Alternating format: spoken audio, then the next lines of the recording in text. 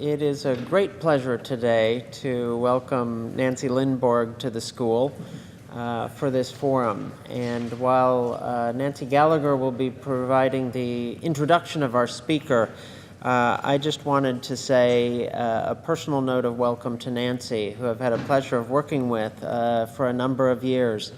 What you will find today is not just, even though I don't know what she's going to say, you will find a very substantive presentation. But as I've been talking with a lot of students in our school, a good policy student, like a good policy practitioner, has to be able to do a lot of different things. Nancy can do a lot of different things. I met her originally when she was president of Mercy Corps, an organization that she made truly into one of the preeminent humanitarian organizations globally. And did that, both the institutional side of that, but also in all the toughest cases. It's kind of what Nancy specializes in, the toughest cases, kind of repeatedly goes after the hardest countries, the hardest problems. Her work subsequent to Mercy Corps with USAID was, again, one of these tough integrative portfolios that did everything from disaster assistance and humanitarian to the democracy and governance-related issues, and trying to pull all these pieces together.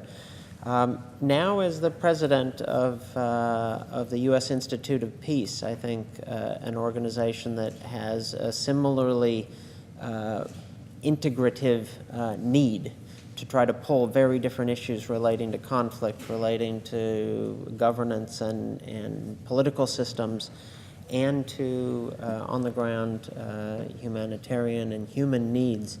I can't think of a better person I'd like to see at the helm of the U.S. Institute of Peace. But my personal welcome to Nancy is that one of the things she did when we first met was to sit on a commission on post-conflict reconstruction. And this was a commission, a bipartisan commission, before 9/11 and before the notion of state building and nation building was very much a bad word at the time. And I remember when we had discussions with a number of our political board members, high-profile Republicans and Democrats, trying to come to common ground on what was then not at all an area for common ground. Nancy was my bridge. She was able to bring people in from different sides of whatever the issue at hand was. So she's a great bridge builder, and it is a real pleasure to have you at the school. I haven't left you much room for an introduction, but I want you to say a few words about Nancy, too, so that I don't get to just put my finger on the scale, but welcome, Nancy. Well, Nancy specifically said that she didn't want a lengthy, detailed introduction, so I had just the highlights, which, of course, were precisely the same highlights that Dee Nora went over.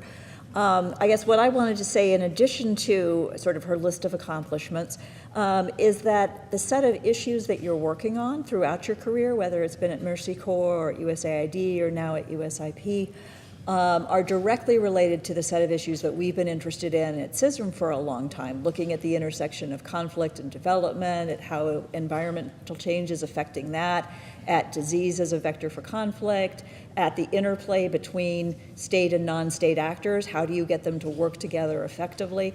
I think those are the issues that are becoming increasingly important throughout the school. So part of what I'm really interested in hearing about is how do you take these really, really complicated challenges where you need to have integrative thinking and yet decompose them down enough that whether you're teaching students or teaching practitioners, which is part of your mission at USIP, or doing innovative research, you're able to get your hands around a piece of this where you feel like you can really make a difference, but simultaneously see how your little piece of it fits into the much larger whole.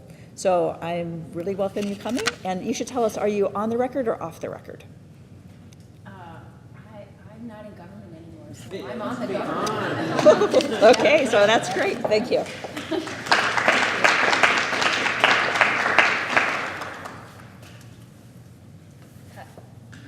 So I ducked behind the curtain for a minute.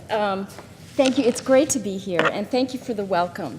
And Bob, you read my mind exactly in that, so it's great to be here with everyone. And as Bob mentioned, we first met in about 2001 when we were both a part of this post-conflict reconstruction commission. And knowing that Bob was going to be here today, I was inspired to go dig through my archives. I've brought a copy of this historic Play to Win for you to autograph, Bob, since we didn't do that the first time around. But it really, remember that this report was developed 12 years ago, and it was inspired by the still, at that time, smoldering Balkans wars. But it came out in June, I think, of 2003, after 9/11, and after really everything changed around 9/11. And in pulling it out, I really was inspired to think about, so what's changed since then? What did we learn from that report? Because if you go back and look at this report, many parts of it are actually quite prescient and quite applicable. But I do think there have been, in the dozen years since then, a couple of critical issues. And I want to start by just my reflections on what I think are some of the key changes from where we were with this report to where we are now. And the first is that I don't think we would call anything post-conflict reconstruction anymore.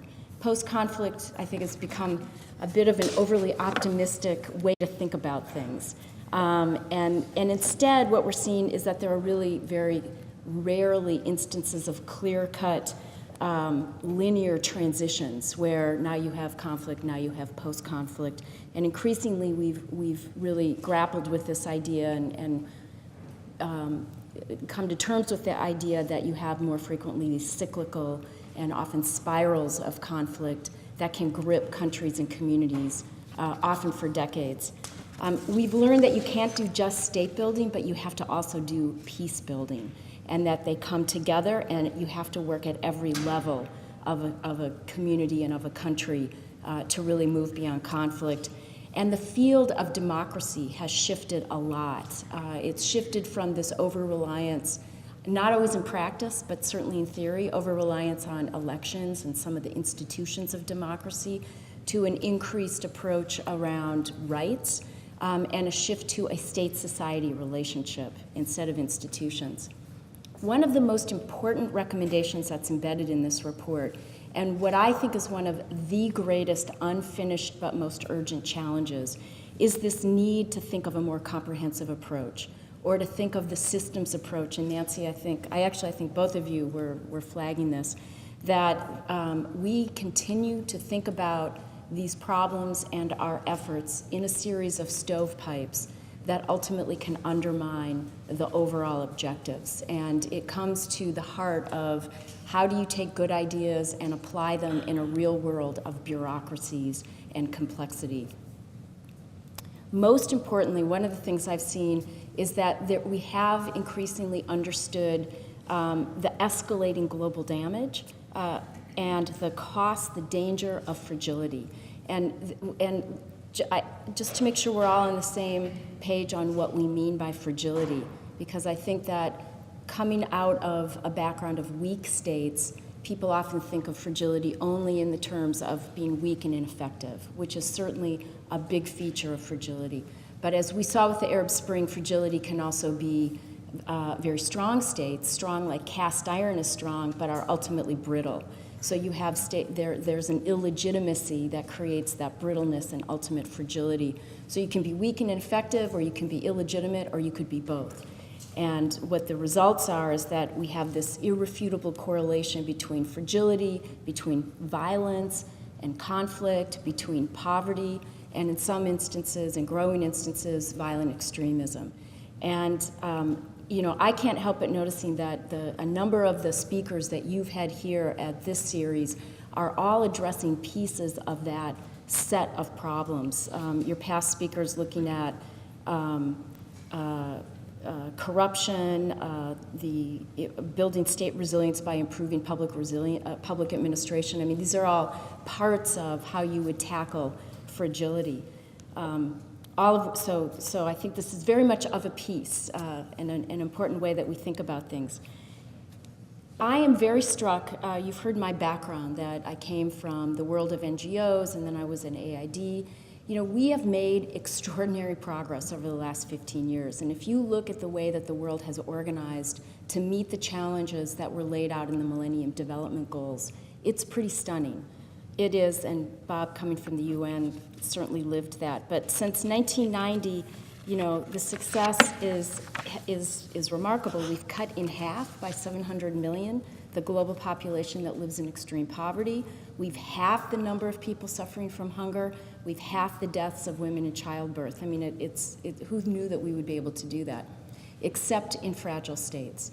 And so while the advance has lifted a lot of countries and parts of countries into a middle class or a middle level of development, absolute poverty is concentrating in this fragile bottom quartile of our world, and 1 billion of our 7 billion global population still lives on less than $1.25 per day, and 43% of those are concentrated in 50 of the states that we consider fragile or conflict affected. So how do we focus ourselves with the same energy that we did around the Millennium Development Goals around tackling fragility? I've spent about 20 years working in and around and on conflict-affected states, as Bob has mentioned. And both in Mercy Corps and USAID, what I saw over and over again is that we can build all the schools in Kandahar or Karbala, we can build clinics, we can invest in economic development. Conflict wipes that all away in an instant. And what the World Bank has said has showed us that civil wars typically strip away about 30 years of economic growth from a mid-sized country. I've spent much of the past 4 years working to try to stem the humanitarian crisis in Syria. And we've seen in the 4 years of that conflict that Syria has lost almost 60 years of development. It's at about pre-World War II development status right now. So if we don't think about these issues of fragility, we risk losing so much of the investment that we put in through development. And then we're also seeing the role that fragile states are playing in spawning extremism in a lot of the countries. I mean, you hate to make too direct of a correlation, but clearly a relationship between what's going on in Syria and Chad and Somalia and Iraq, Nigeria, has a correlation with what we're seeing in the uptick of violent extremism.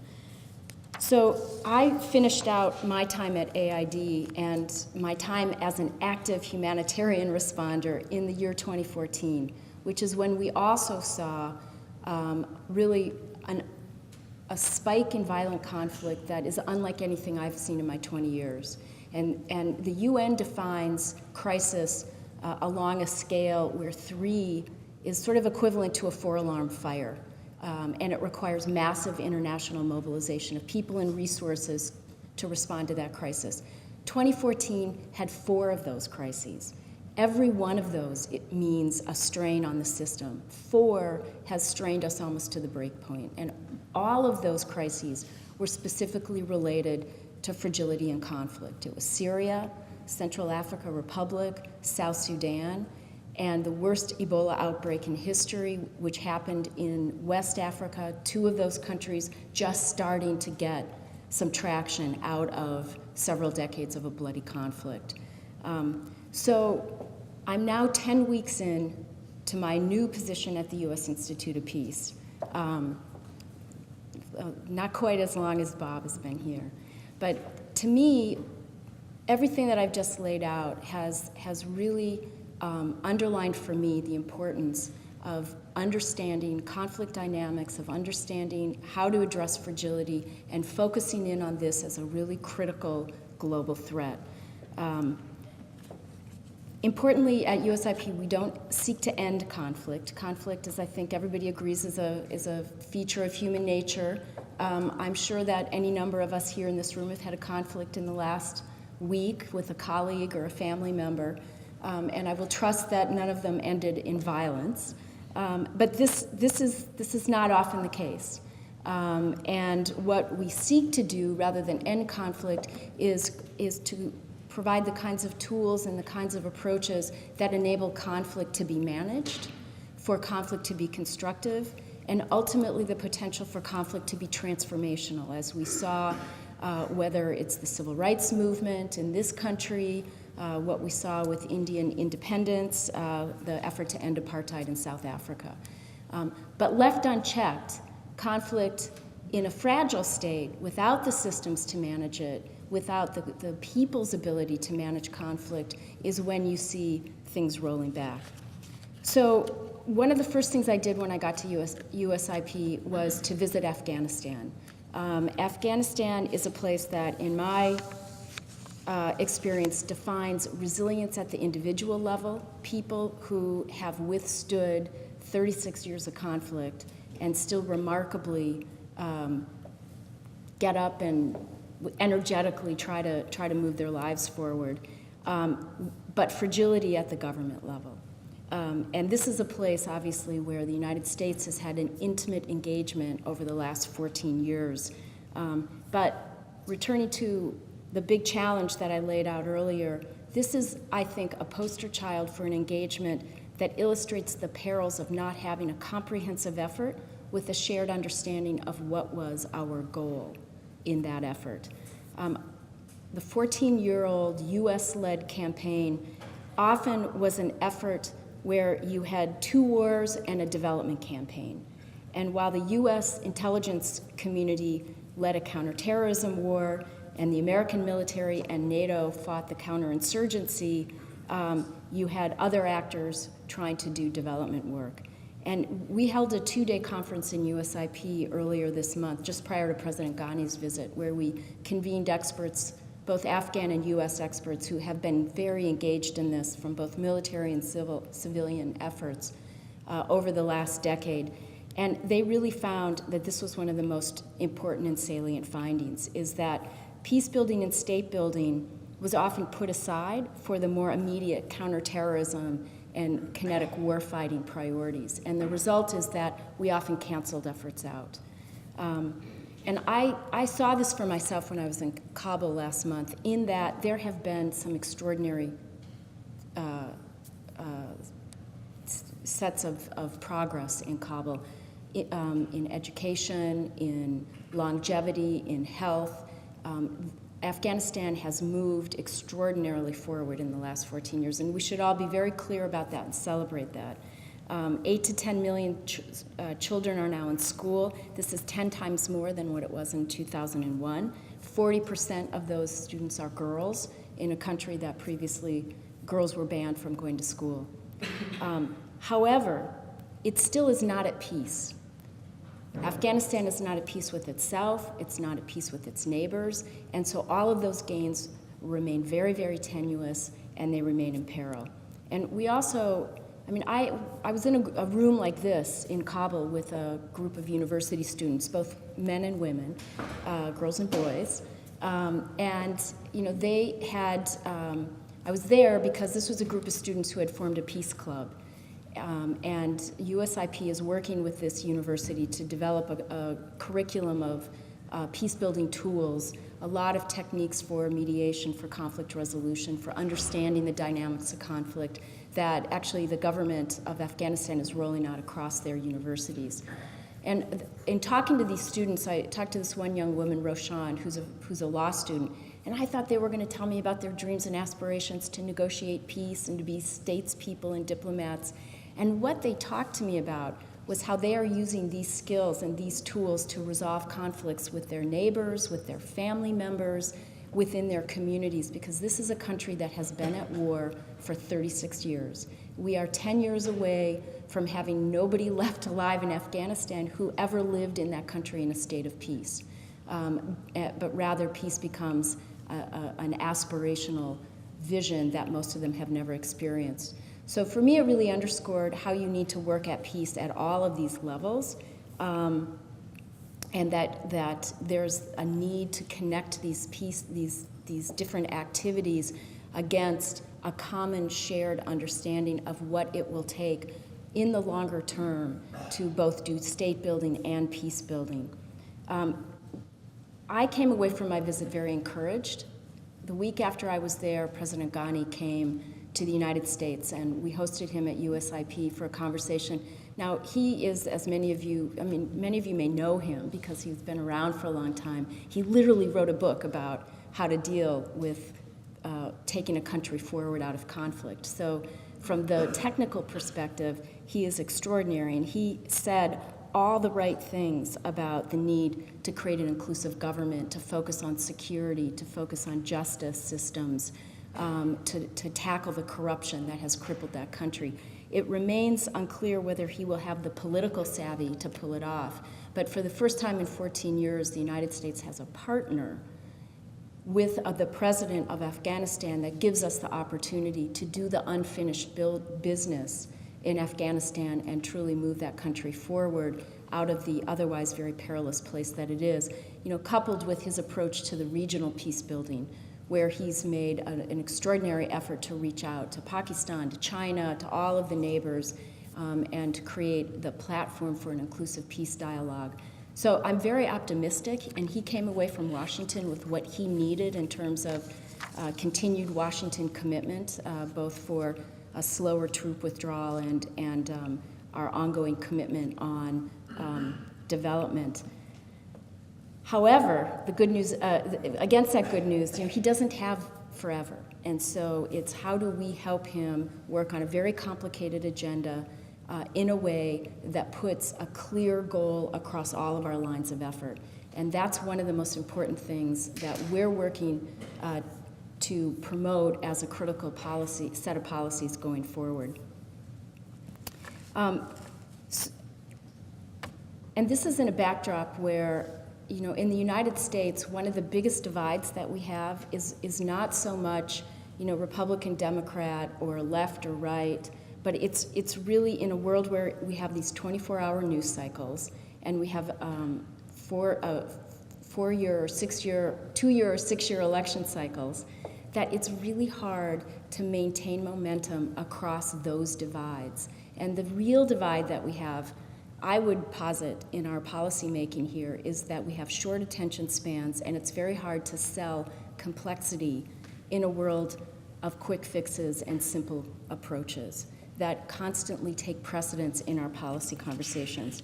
So the important approach is understanding, how do we take that need to be longer term to learn the lessons and not start it over again. So the lessons from the play to win, I would argue, got set aside with the new administration that came in, and it's now taken us about a decade to get back to some of those critical lessons.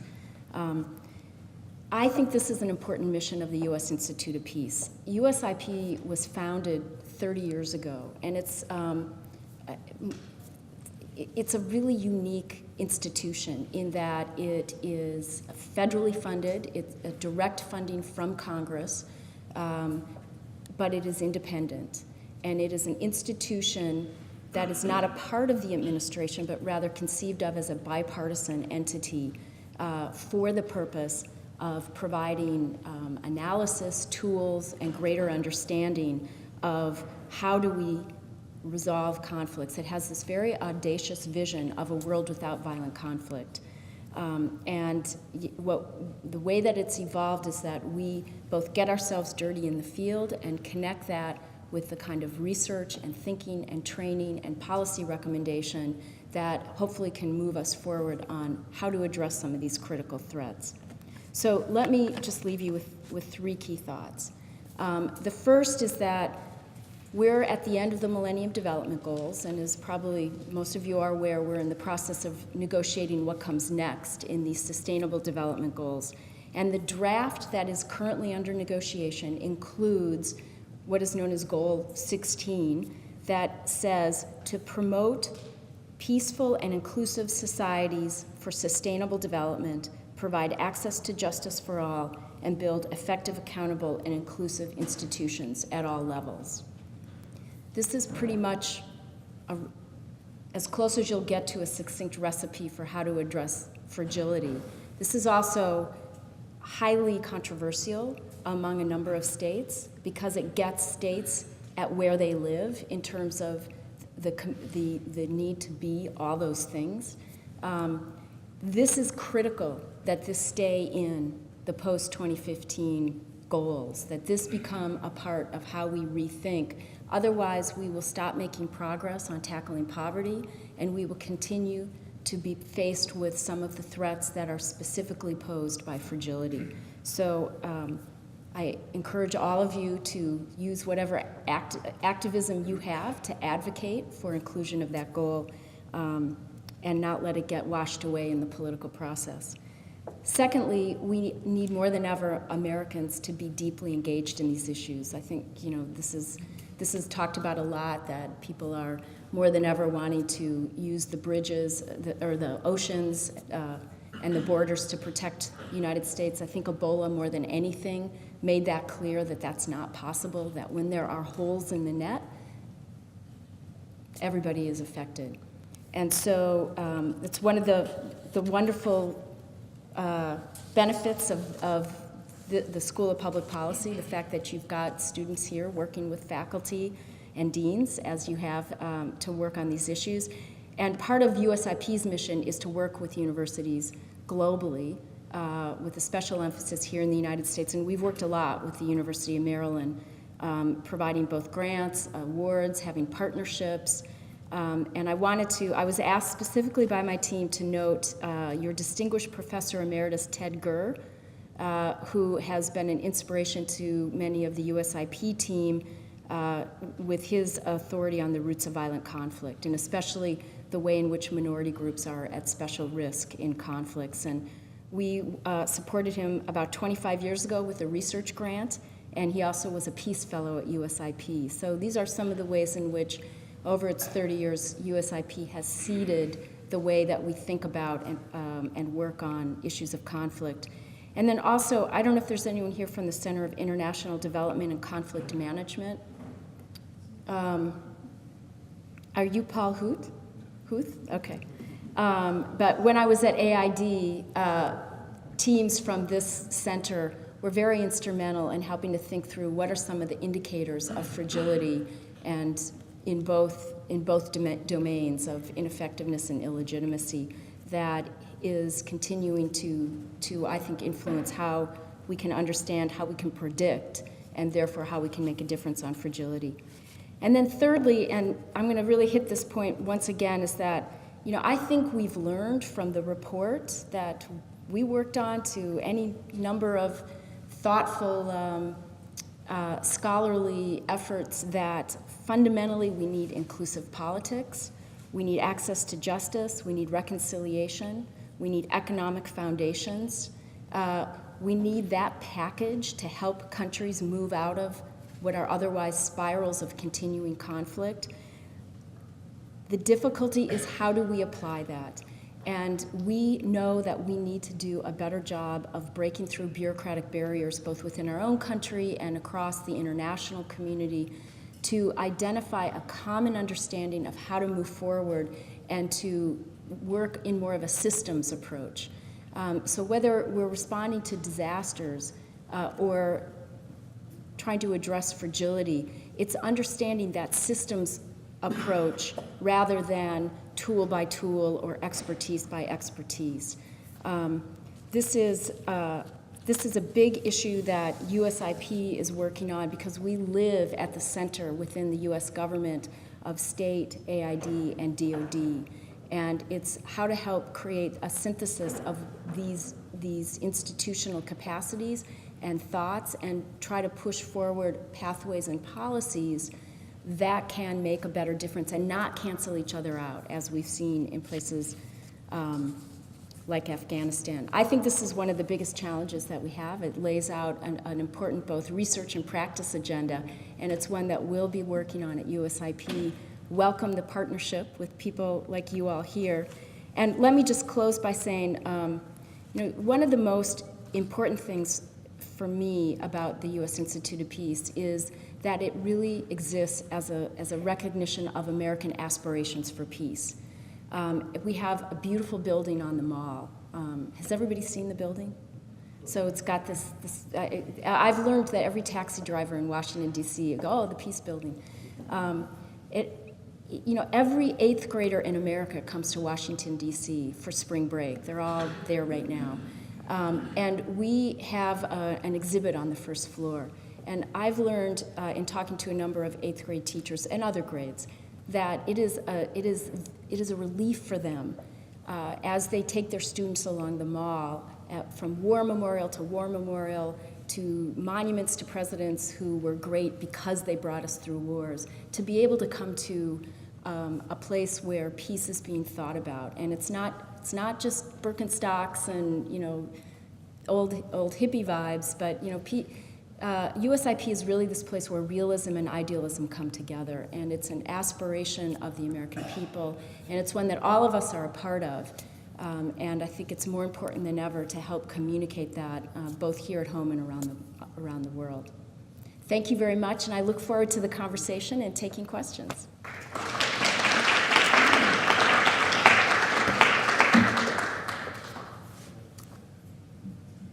Thank you very much. It fits right in with what we're trying to do in redesigning our curriculum here and many of the things that we've been doing in the past. In fact, the CISM Forum Development Circle is an attempt to bring the development and the security issues together.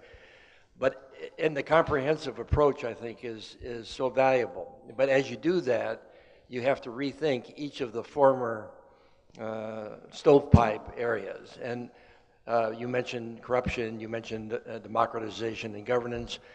One of the things that U.S. Institute of Peace has been so important in the last 15, 20 years is transitional justice, with Neil Kritz and his work in the late 90s and on.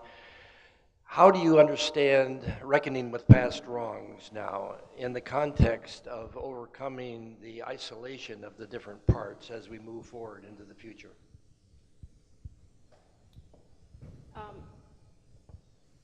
So let me answer that in two ways. With the first quick additional comment on moving past the stovepipes. And that is, I think we have made a lot of progress in the past decade, coming from the NGO community, which was completely allergic to talking to anybody in a uniform 10 or 15 years ago. I think that just by creating, and one of the things that USIP did was to create a forum where NGOs and the military had a long dialogue to create greater understanding, mutual respect, and ways to work together, which I think is a bit of a model for how to work across a number. It starts with recognition, understanding, and coming to terms with how you work together. I think that's true in the justice and security sector as well. There are absolutists in the justice sector who want to bring people to justice as a first principle in terms of retribution for war crimes, which is important from a principled approach.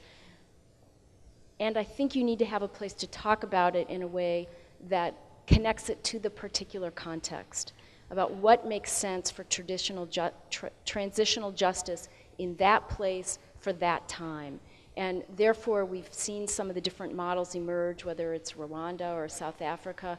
Very interestingly, President Ghani talked about this a lot in terms of, they're just hopefully possibly entering into some negotiations with the Taliban. How do they think about justice in that transitional moment? And he made the point is, one of the first things that's so important is that we recognize that the Taliban have their own grievances. And that you have to start with that initial mutual understanding and understanding each other's perspective. And his point was that he's not clear yet what the best form of transitional justice will be around those issues. What he is clear about is the importance of providing a better, more accountable, effective justice system in Afghanistan right now for crimes being committed now. And he was there literally the day after, or 2 days after, the young woman was brutally mobbed and burned and taken apart and thrown into the river in Kabul, which was pretty shocking and horrifying, and he obviously was shocked and horrified as well. He took very swift action. He arrested dozens of people, including, I think, about 10 or 12 police officers.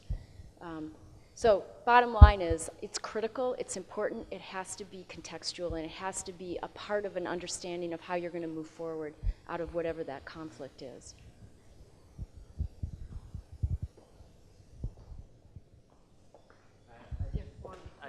I just described you as a bridge builder, and I think about that in the kinds of conflicts that you've worked on.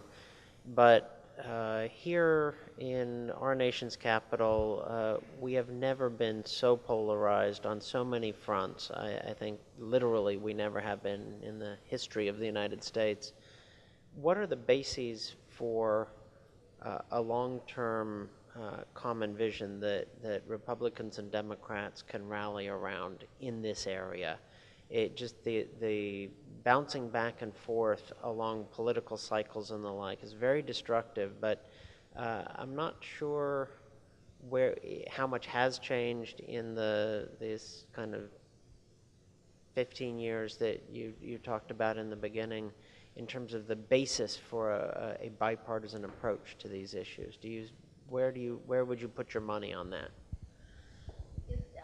Is it true that this is historically an unprecedented amount of rancor? I mean, it seems that way, but I don't know the data on that. It is so, you know, for much of my time here in Washington, you still find that around these issues you get strong bipartisan support, and you know, USIP was conceived of as a bipartisan institution. Our board is appointed by the president and approved by the Senate, half Republican, half Democrats. And I think that's important because it signals that peace is fundamentally a bipartisan issue. It is at the heart of our national interest. I think there is still a reservoir of members in both the House and the Senate who understand that that you cannot isolate the United States, that it is in our national interest to address these issues.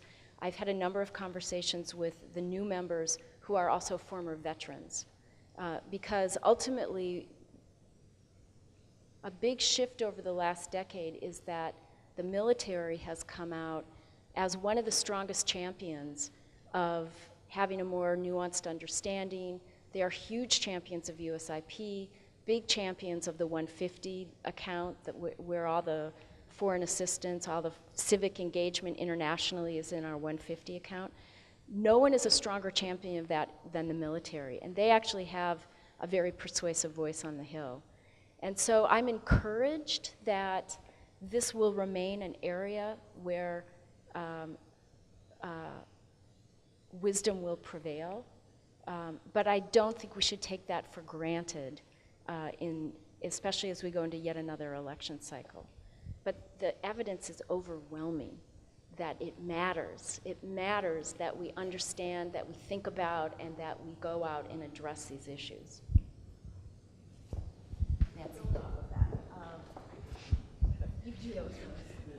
You know, it's easy to say that, you know, peace is basically a bipartisan issue. Of course everybody wants peace, but they have their own ideas about what constitutes peace. They have their own idea about what builds peace. They have their own idea about what they'll pay for peace, what they'd like to gain in the process. So I was just thinking quickly of, you know, a couple of specific divides, at least among the policymakers. I think the public is less divided than the policymakers are. And, you know, one would be on, okay, how do we allocate our budget across all the different tools that are related to security and peace building? And yes, you know, military is a big fan of USIP and of the kinds of things that you do, as long as it's in addition to what they do, as opposed to detracting from it. Another big question would be climate change. If anything is going to have, you know, a major impact on that, fragile states are going to be even less well equipped to handle, right? It's going to be climate change. A third major divide is international law. and treaties? And should the United States actually participate in any sort of legally binding instruments, particularly those that ask us to do something different than we're already doing? So how do you handle those issues while still staying bipartisan, facilitating, a discussion amongst opposing camps on these really, really important issues that affect your ability to do your job? Thank you for that softball question. No, and I think you've outlined some of the most critical challenges. There will always be politics, and there will always be sloganeering on all sides. One of the things that I think you all can do here, we do at USIP, thoughtful practitioners do around the country, is to create an evidence basis for what works. There's a lot of inflammatory anecdotes that circulate around the Hill that often drive action. And we can't guard against that. Climate change is a really useful example. But we need to continue, I think, to create an evidence base that is grounded in real understanding and action in the field. And in the meantime, continue to push for action where we can. I mean, on the whole climate change issue, as you look at the way in which fragile states are so ill-equipped to address that. I mean, this is an issue that I worked on quite a bit at AID under the rubric of the resilience agenda. In that, we spend so much of our humanitarian dollars every year in the same places that are ravaged by natural disasters. This was really prompted after the drought in the Horn of Africa after 2011. And I looked to analyze the budget, and it turns out that year after year after year, AID was putting somewhere in the neighborhood of $500 million into drought relief in the Horn of Africa. And when you mapped where was our humanitarian assistance going against our development assistance, all of the arid Northeast was humanitarian funding, not a single development project. All of that was happening in the South, and that was true for a lot of the donors, because Kenya was only prioritizing the South. That has shifted tremendously over the last 5 years. There's this big head of action around creating more upstream resilience to natural disasters, many of which are exacerbated by climate change. So, I mean, I think there are many things that can be done that don't require policy changes here in this country, and we need to continue to drive those forward.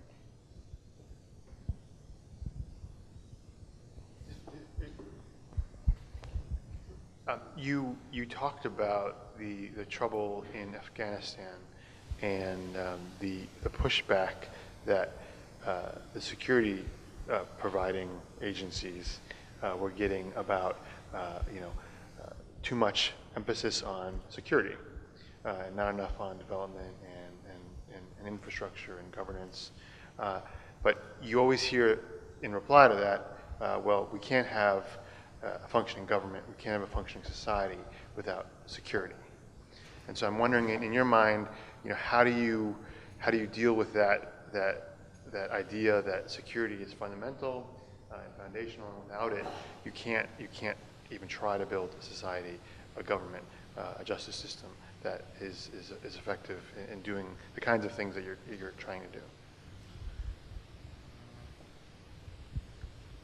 The starting point is that you need all of those, and that when you have development operating over here and security here and maybe justice over there, is when you risk not making progress on any of them because they're not understanding the system in which you're trying to work. And that's a problem with a lot of traditional development.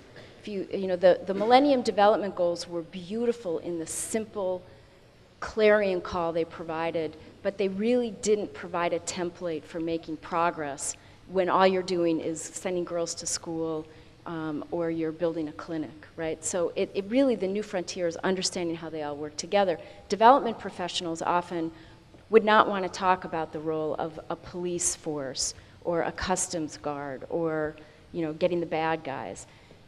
By the same token, some of the military actors would not understand, well, if I am going to fight in this particular community, I'll just rebuild a school and that'll be okay, right? I mean, it's going back to my earlier comment, it's helping these professionals share understandings of what it takes to make progress in their realm so that it can be mutually informed and move forward. A very specific, let me elaborate on the Afghan example. So in places like Kandahar, where our military was fighting, the thought was, okay, we will build schools for a particular community, then they'll be friendly with us, they'll inform for us about what's going on. These are savvy community people. They're going to do what it takes to survive. And that school that is built is not necessarily going to have teachers or books or security for the students. And so you would often undercut what could otherwise be done by building the school for them instead of engaging them in building the school, passing out money in ways that created additional corruption. May have had short-term benefits, but it undercut the longer-term approach. So it's being able to have a more concerted package that all depends on one another. I think there was, by the end of our 14 years, there is a greater appreciation for that. There was a lot of experimenting and a lot of early efforts that were done that did not yet have that closer coordination and understanding among the various actors. Mac. Thank you, Nancy. It's wonderful that you are here. Institute for Peace has been an enormously useful and important institution, and I anticipate it becoming, if anything, even more important under your leadership. I want to pick up on what you just suggested, and I often ask questions about things I don't know a lot about, and this will be evident very quickly. We send lots of resources to places like Afghanistan, lots of money. We try not to feed it to people who will simply put it in their pockets. And that often means we don't give it to the government, we give it to NGOs, we give it to other agents who then hire the best Afghanis, presumably maybe the most honest and most committed Afghanis, and the state remains fragile. You don't build sort of institutions of governance that you need as sort of a longer-term basis. I mean, when I mentioned this, obviously, it's this issue that you've been facing and worrying about for years. But how do you, in a situation where in the short run, and you have a lot of experience, I'm sure, giving money that is, leads to corruption, leads to bribery, and maybe not all corruption is dysfunctional, but the scale of it tends to become. But at the same time, the ways of dealing with it are basically lots of different NGOs get money, they engage bring the locals in. The locals often do good work individually, and people's lives are saved, schools are built, etc. But there's not a sustaining structure there. Anyway, I'll stop because I'm talking beyond my knowledge. No, that's a great question, Mac. And I want to, one of the things that I'm really quite encouraged by, and who here knows about the New Deal for engagement with fragile states? So if you look, this, was it about 4 years ago, I think, maybe 4 years ago, a group of countries got together. And for years the issue was, well, I don't want to be called fragile because that has connotations of weakness. So this group of countries got together and they embraced the label of being fragile states, and they formed something called the G7. And then they had to add G7 plus because more states kept joining it. And basically with a partnership with a number of other actors, they came up with a framework for peace building and state building that actually maps to all of these concepts that we've been talking about, going back to the justice, security, governance, well-being of 2003. And it basically says, look, we need these 5 interrelated goals, and we need to be thinking about them as an integrated package. in order to pull out of conflict. And we understand that that you have to think about inclusive, legitimate politics, justice, security, economic foundations, and service delivery so that your citizens have confidence in the state.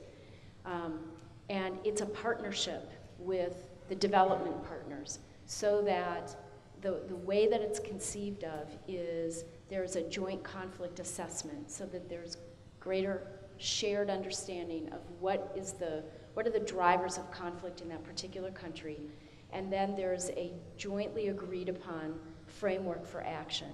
And it becomes mutual accountability that I, as a development partner, will give more of my funding to create a stronger state capacity, and that the state is taking ownership around legitimate politics, accountability, transparency. So that's the idea. I think very tragically, two of the countries that were making the greatest progress on this were Sierra Leone and Liberia, both of which have just been almost wiped out, all of that progress because of Ebola.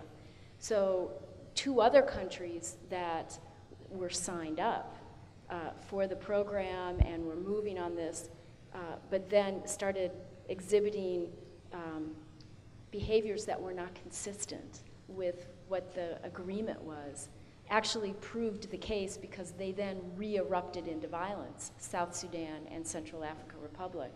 So last spring, I was in Sierra Leone with this group of G7 plus countries, and what was very important and very interesting is that you had the South Sudanese, these are government officials and some civil society.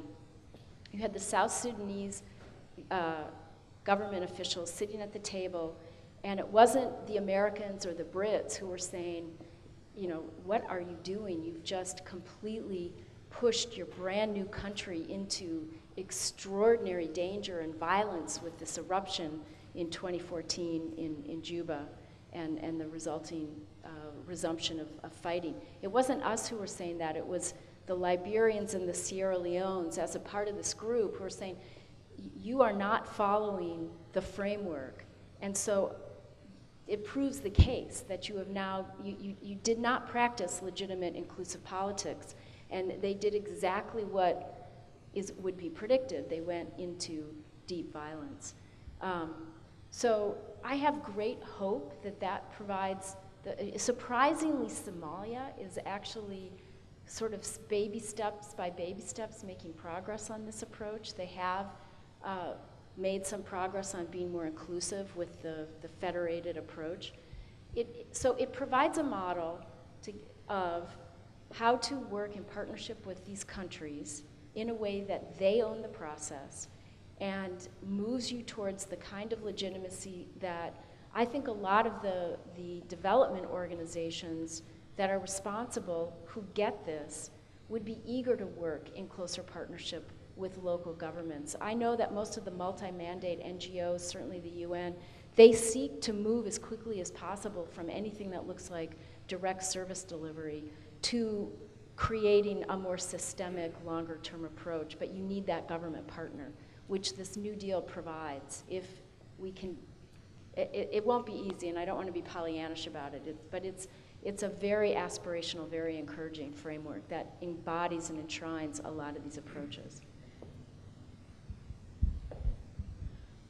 I was just wondering if you could speak to the potential for cultural and artistic programming to be one sort of component to a larger system, and how it could possibly affect sort of transitional justice and inclusive democratic participation and sustainability and those sorts of issues, and then also kind of give a better picture of the sort of culture that we are experiencing and what we're working with in a specific country.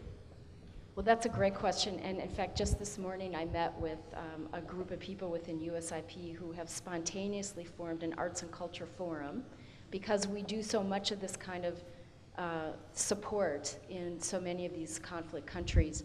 And when I was in Afghanistan and Pakistan, I was so struck by how many ways in which community groups and faith leaders are able to use arts and culture to do that bridge building. I mean, I think a lot of people here are probably familiar with this, and I would include sports as well. But it's such a powerful, vivid way to bring people into a different kind of story and a new kind of energy. It helps people envision a more peaceful future. It helps people understand each other. In Pakistan, one of the things I loved the most is we're working to support a young filmmaker who was going around the country doing workshops for kids on how to make films, with their cell phones and things like that, which I can't imagine doing. But they were doing such great work that he decided to make it into a film festival. And then they started and choosing through a competitive process the best films. And so, in fact, on Monday at USIP, we will be hosting the latest offerings from the 60-second film festival. And they have a slogan that's, to have a story, shout it out, and make these films that are 60 seconds. And so I was just incredibly moved by a number of these 60-second clips that a group of 8th grade girls did after the Peshawar school shootings. And they are simple, they are powerful, they are aspirational for how they want their future to move forward. So it's a beautiful way to address a lot of these issues, and very important. Yes. Yeah, I wanted to ask a question about the previous issue of legitimacy and conflict that you were just responding to with Dr. Dessler. What do we do if legitimacy is so critical and inclusive political systems are so critical to resilience? What do we do when governments don't want to be legitimate or inclusive? How do we, if they just decide not to, are we resigned to just accept that they are fragile and will remain in conflict? And I'm thinking, about South Sudan. What do we do if that government doesn't want to be more inclusive and legitimate? Or in a preventative sense, what do we do about countries like Ethiopia or Rwanda that have made extraordinary gains in the MDGs but are not inclusive and legitimate and thus would be fragile in this kind of understanding? Well, this is what keeps us all in business, right? I think it's the solution set is, I think, first of all, having increased diagnostics so that we have the kind of indicators that help us understand where the fragility might be moving towards a tipping point into greater violence, so that we can at least pay greater attention and think about what some of the solutions are. I mean, Mali is a great example. There actually were a lot of warning signs, but all of us were still a little bit blinded because they'd had these great elections, when in fact the fragility indicators were quite high. Secondly is,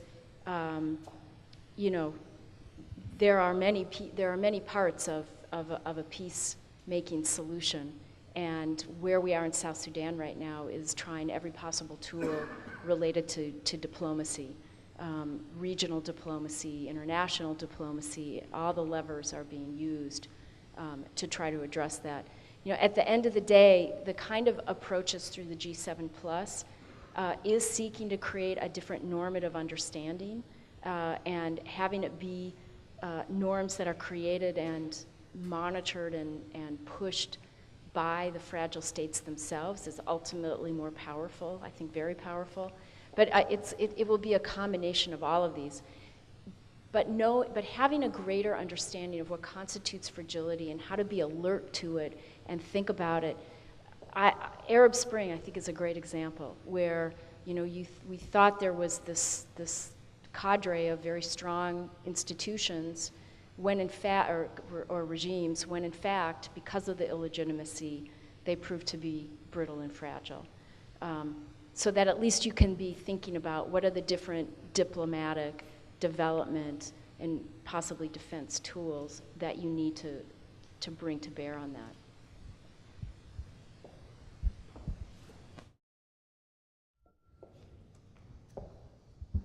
Thanks. I wanted to double back to something from your remarks, and just thinking about the fact, we're in a university here.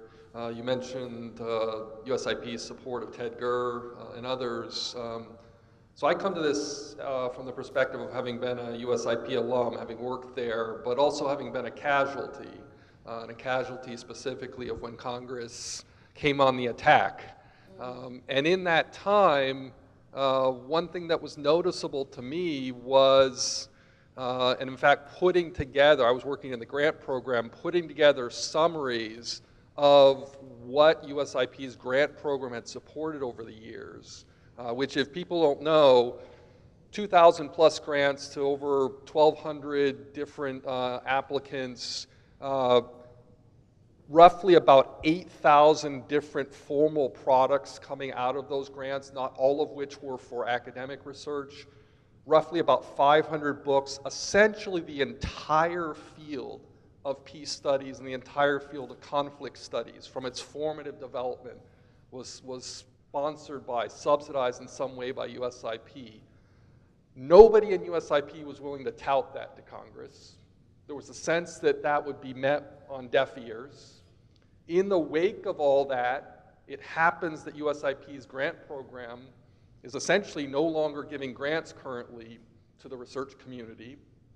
And so my worry is that USIP was there helping to create these fields, people doing research on the ground, comprehensively, comparatively.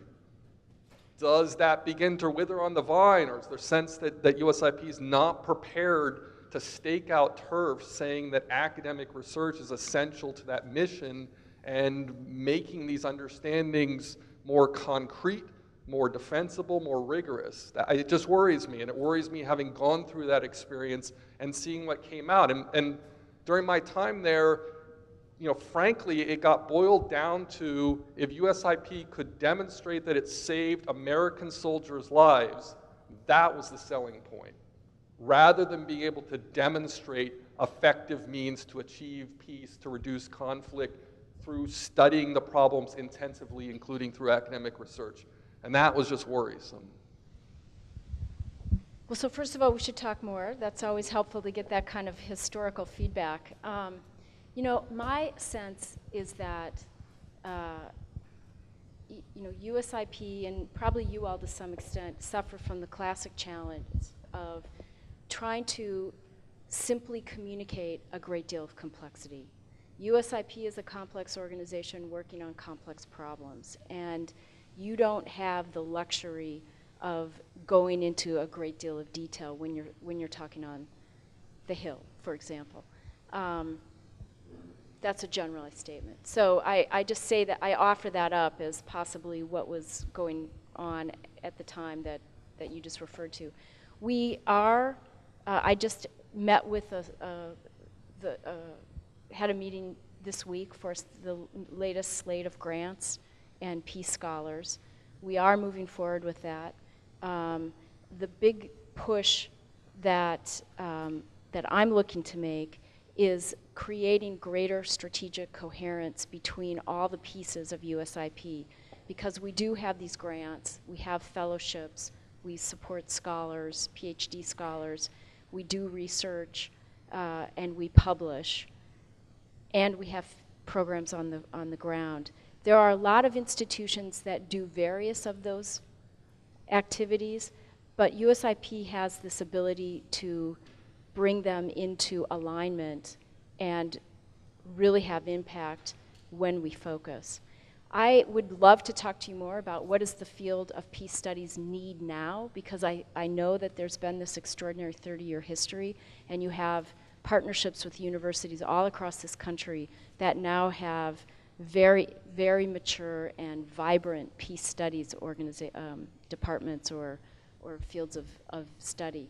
I do know that about 6 or 7 years ago, you all may remember, a lot of the foundations stepped away from funding anything around peace and conflict because it was too complicated and they couldn't demonstrate impact.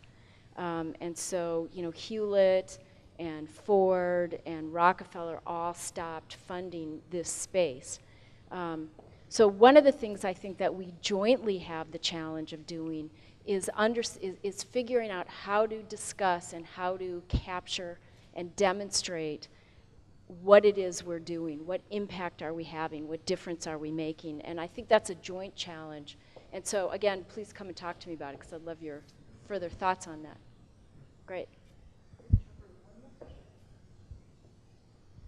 Yes. There's no other. Because this is a piggyback, it's not anything new. You made the statement, these issues, it's evident why we need to work on them, that the peace issues and the nationals, or the national interests, global interests are evident. I don't think I think you made that statement. Yes, we need to continue to provide the evidence. Right. So how do you succinctly make those arguments to make that bridge between fragility and the threat it poses to people over there and what our interests are over here, absent soldiers' lives? What is the argument there that we should be concentrating on? I mean, I think there are three poles to that argument. One is that fragile states have huge impact on our national security. Whether it is, and the Ebola threat, what happened with Ebola, in my mind, is an extraordinary example that when there are holes in the net, we are all affected. And Ebola happened in that region because those are fragile countries. And it then directly came to our shores. We're seeing this with violent extremism. It matters in this highly interconnected world that we understand and we address fragility from a national security interest. It matters from an economic interest because when we don't pay attention, we often end up waiting and then fighting very, very costly wars. And this is one of the reasons that the military gets it and is very supportive of working far upstream well before a conflict turns violent and then has regional and possibly international implications. And the third reason is that fragility is highly correlated with poverty and conflict, and that there is the moral imperative. And as Americans, we it's universal values that we participate in that care about what happened to people, or people around the planet. And we put a lot of funding into humanitarian assistance. We are the first to jump up and provide help after a tsunami or an earthquake, but more lives are lost every year from conflict. And it matters to us from a moral perspective that children are dying, that they're kept in that population of 1 billion people who are stuck in cycles of conflict and poverty. So it's in our national security interest, it's in our economic interest, and it's in our moral interest as a country. Well, I will trade the mic for this bag with a small token of our appreciation for you speaking. Thank you. A coffee mug so you can keep yourself fueled to Good. think about all these very, very complicated problems. Is it a turtle? I don't know. We'll have to look Or and do I see. say that? Do I say a turtle? But thank you very much. Thank you.